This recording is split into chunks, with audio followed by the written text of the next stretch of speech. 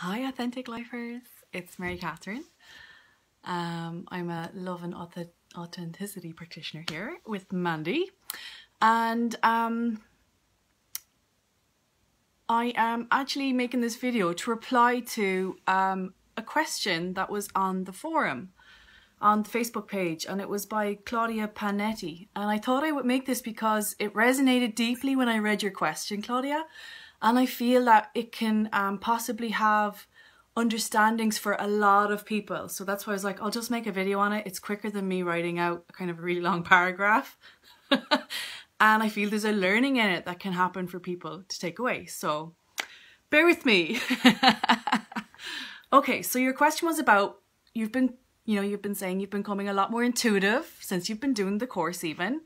And you're asking about, because I wrote this down, you're asking, you had A, B, and C. And A was about, are these thoughts, vibes, feelings really what others are thinking and feeling? Because it feels like you're picking up on everybody. It feels like you can sense and feel what their thoughts or their feelings are, what emotions they're going through. And you asked, is that really their stuff or is that my stuff? And that's a wonderful question. As we start to become more open, more aware, more conscious, as we start to allow ourselves to go inwards and to feel more. Going inwards really is, we're taking the top off and we're looking in. We're looking in at how do we think? What's our subconscious real? What's our stories? We're looking at the body and the heart space, and we're opening up here and we're going, well, how does that feel to me? How do I go from here to here? How do I feel more love, more joy? How do I use that to help me manifest? What limiting beliefs am I having around that? In other words, like, we want to manifest from a space of love rather than from a space of fear. So there's that sense of, well, let's look at what's actually going on inside. And when we do start to have a little bit of cleaning happening, so we're almost, it's almost like we've been going around from up here, living from here up, and a big pair of glasses on us. And some of these glasses have, speck stains, dust stains. Some of us might even have, and I know that I put my hand up for this myself, some of us might even have, those 1980s my grandma used to wear. I think they're still popular. I had a pair a couple of years ago. And you click them onto your glasses and they're like sunglasses and you can just flick them up and flick them down. Some of us have a couple of those on as well. And some of them are for like really dark, and if you put them on inside, you can't see anything. So the sense of what's happening when our intuition is becoming more open and aware is we're kind of cleaning the outer glasses. We're seeing what's going on around us a bit more, right? And Mandy's course is wonderful with this because it helps us clean a lot by going inwards, asking ourselves questions, why, encouraging us to go from head to heart, and with other methods to do that, encourages us to ride the wave, yeah? There's so many lessons in here that help with this. The emotions lessons, the ceiling, changing your ceiling. Okay, so all of these are, every single lesson really is, it totally intertwines with what I'm sharing here.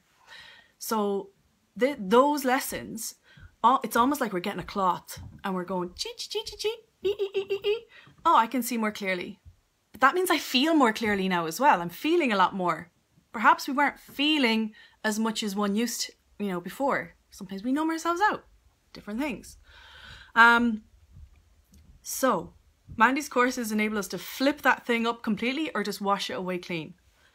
And the question you're asking here is about, are they really what they're thinking or feeling? And I'm going to invite you to start using your intuition on this. And this is where you start asking that question and feel into it. So a lot of my lessons lately have all been about, if you've seen my little shares, my videos, playing with questions. Why? Because questions are clarifying. Questions help bring clarity, even if there's no answers.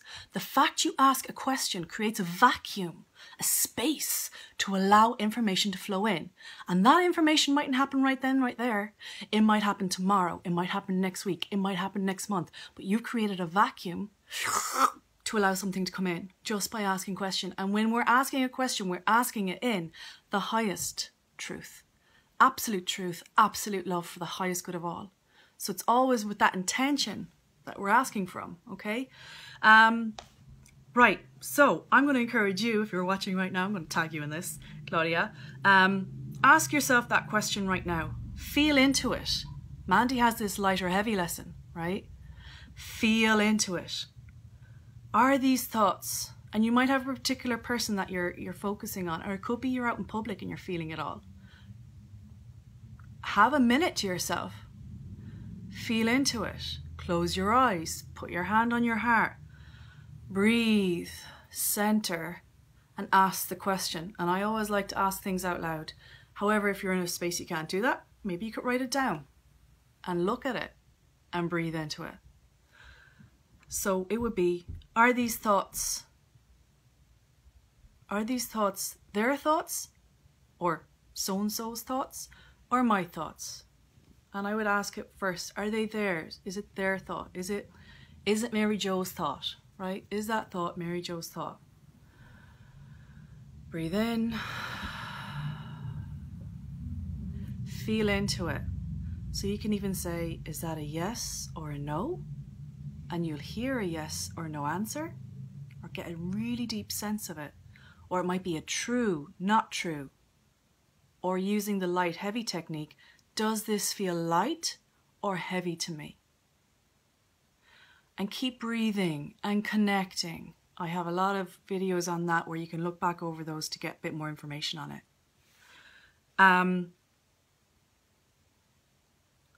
So look for your signals as well. So you might have a signal of when you feel a truth, it's like a lightning chill up your back or something, or the hairs on your hands stand up. So what's your signal? And you can use that for your truth as well. All right, this is the truth we're looking for, the absolute truth. And then flip that question round. Is it mine? Because that's your part B. Are they my own insecurities or feelings coming through? Is that the absolute truth, me? Connecting, closing your eyes and feeling, is that the absolute truth? Yes, no, true, not true, light or heavy? Or wait for that signal, right? The chill or whatever it is for you, whatever that signal is for you.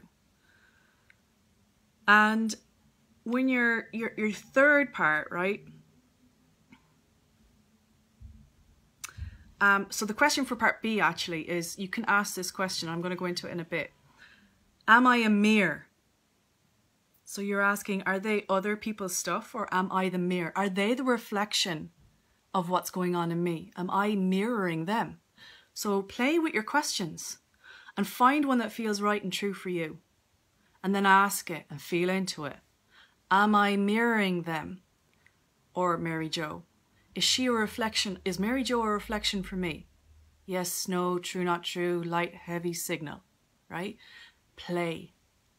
This is not like 10 minutes. This can be 2 minutes, 3 minutes, 1 minute, depending on how quickly it falls into place for you. And the more you practice, the quicker it is. And this is also that development of intuition and finding truth within that.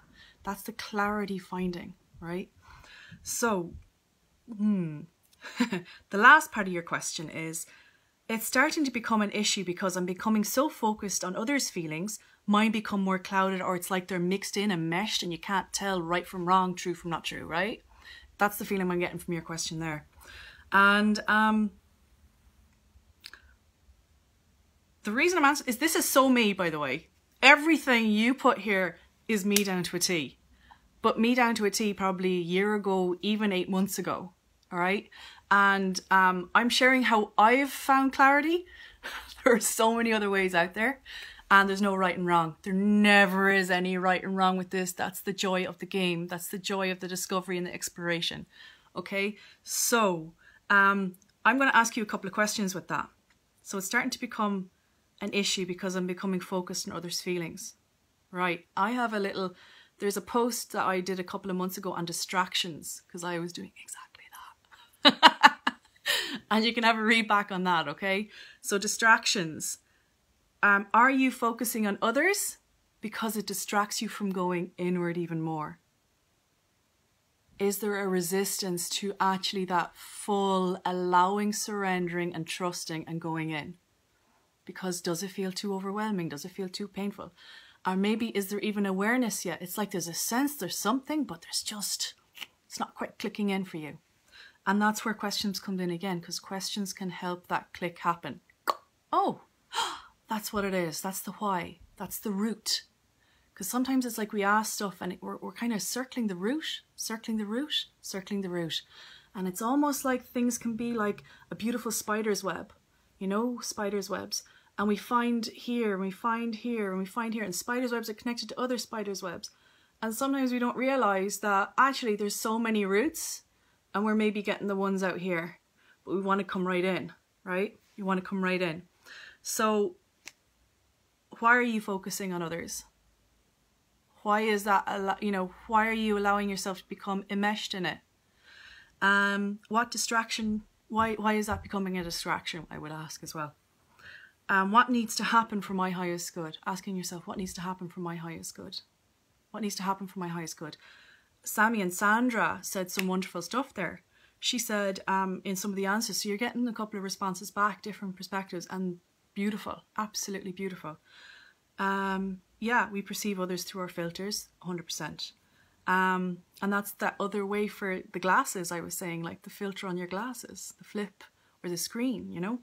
So grounding, that's the breathing in. That's what that is. That's the breathing in, the centering, and the coming from right into the heart space or right into the gut space, feeling, right? So grounding, and there's so many posts about grounding, videos about grounding. Mandy has it, Holly has some, and some beautiful other coaches have some on grounding as well. So you can go back into you can always go into the archives and go through, okay? Now I wanted to do this really quickly. I know this video has gone on to 12 minutes, but I feel this is important and it's a perspective, and this kind of really helped things click into place for me. Especially being so sensitive, and I have a feeling, Claudia, that's you as well, okay? So I drew a really quick video because I'm on my way out the door and I need to be gone in the next 3 minutes. So what I call this happening, so when that happens, especially if you go into like a crowd of people, or you're with one particular person, or you're at a party and you're just feeling everybody and you're like, what's mine, what's not mine? And that's another question. Is this feeling mine? Yes, no, true, not true.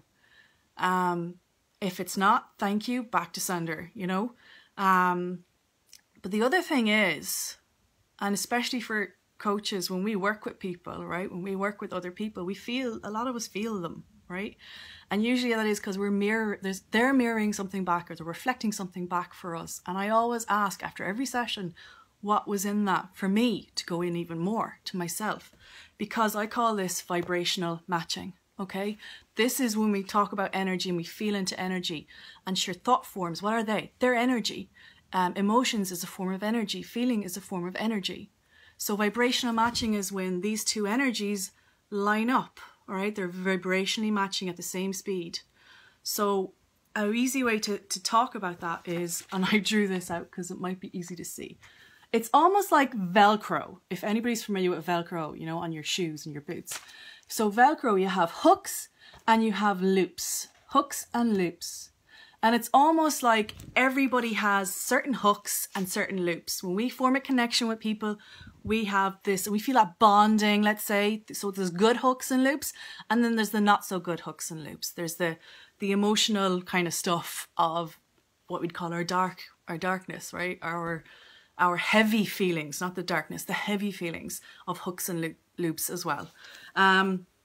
So we can't destroy energy, and, you know, we can't cut energy either, right? You can't destroy or cut energy. Energy's always going to be there. There's always going to be, and you try and cut that hook from that loop without doing the emotional work or the going inwards work first, and it's just going to come right back. Going to go right back, because that'll be energy seeking that loop again, going right back. Okay, so what do we need to do? We need to change it. We need to change the energy. We need to change the loop that's in me for somebody else's hook that's coming in. It needs to be changed. And how do I change that? Well, that's by using Mandy's tools. That's by asking the why questions. That's by going in. That's the whole heart technique. That's the whole responsibilities. So I think there's a lesson on that. So do you take on other people's responsibilities? You know, are you being responsible for you, or are you taking on everybody else's stuff? Forgiveness is huge in this. And usually this isn't so much about forgiving others. This is about forgiving you and the pain you're holding on to because of what others have done to you. Or forgiving you for not maybe reconnecting with yourself, that sense of that, and bringing in love. So changing pain into harmony. That's the the vibrational matching could be pain in that person matching up with the pain in you. The pain, the suffering, the shame, the guilt, the heavy feeling, whatever you want to call it. So that's the vibrational matching we're talking about, and it's matching up into your loop, your hook, right? So it's like it's engaged, and that's why you're feeling it. You're feeling it. And it's that like, well, is that mine or is it not mine? Sometimes it's because we're so open. We can have different levels of this. This is really deep. But the easiest way for me to explain it is this way as well, okay? So yes, usually it's pushing a button, and it's a button for us to go inwards with. So I can kind of draw this out kind of quickly to show you. I had a little me and a little happy fella, and I have a thought. So this can be for thoughts, feelings, emotions. I have a thought that's maybe, you know, that could be back in my head thought that I thought when I was 6 years old. Okay, something happened when I was 6 years old or 26 years old. It doesn't matter when. And I'm in a group of people here. This person also had that thought. Now, it could have been something different, but the vibration was the same. So let's say the vibration was unworthiness or not good enough. Hook, loop. Hook, loop. There's now an energetic bond or cord, if you want to call it that, okay? Or just an energetic frequency there. Vibration, vibrational matching. Hook, cord, yes. Maybe that's the unknown in you. Maybe that's in your subconscious, that like unworthy feeling that happened at 6 or 26 years old. And this is a gorgeous person that has come into your life to be the reflection of that with you right now. How wonderful is that? Now you know you can go in and you can heal, right? You can ask questions, you can feel into, you can release, you can forgive, whatever needs to happen, transmute, okay? And this loop that's in you, your loop and their hook, or whatever way it is, hooks, loops, it can be healed, and that energy can change. So it's no longer there. So no longer will that ever happen again once that's released at that level. Now there's layers when we talk about layers as well. This person here could have an emotion or a feeling. Let's call this shame, right? And you're feeling it now too. And now the biro's not working, right? So you're feeling it too. That looks a bit dirty, but there we go. It's up a bit higher in the tummy. Shame, right? Shame, guilt. And they're having that. You're having that. Hooks, loops, there you go. So this is where it can get like, and then this person is hooking and looping with this, and this person is thoughts with this person, and then this person's having thoughts with your heart, and this is like the web, and especially in family dynamics. When this happens, that's the trigger points. They're the trigger points. Boom, trigger points. Boom, trigger points, you know? And that's where, when all our tools come into play with this, when we talk about pattern interrupting, when we talk about raising the vibration. So when we raise the vibration, the vibrational matching won't happen either. Okay? So raising the vibration, how do you raise your vibration? By using all those techniques, asking the why, reframing the limiting beliefs, going into the heart space more, forgiveness work, you know, that shadow work, forgiveness work, deep love and appreciation. You're no longer vibrationally matching with that loop and that hook. You're healing it, you're healing it, you're healing it.